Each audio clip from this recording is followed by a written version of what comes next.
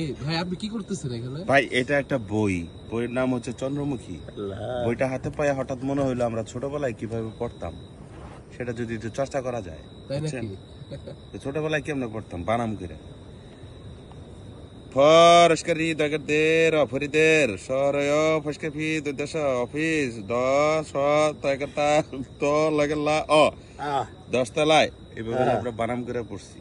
যখন ভাঙ্গা ভাঙ্গা পড়া শিখছি তখন কেমনে পড়তাম ফরিদের অফিস 10 তলায় পুরো বিল্ডিং এ মাত্র 2টা লিফট। অফিস ছুটি হলে অনেকক্ষণ দাঁড়িয়ে থাকতে হয় লিফটের জন্য। ফরিদের ধৈর্য কম। ফরিদের ধৈর্য কম। এভাবে পড়তেন না? পড়তেন কিনা? যদি পড়েন অবশ্যই কমেন্টস করেন যে হ্যাঁ পড়তেন, আর যদি এর চেয়ে ভালো করে পড়ে থাকেন তাহলে আমরা মানুষই না।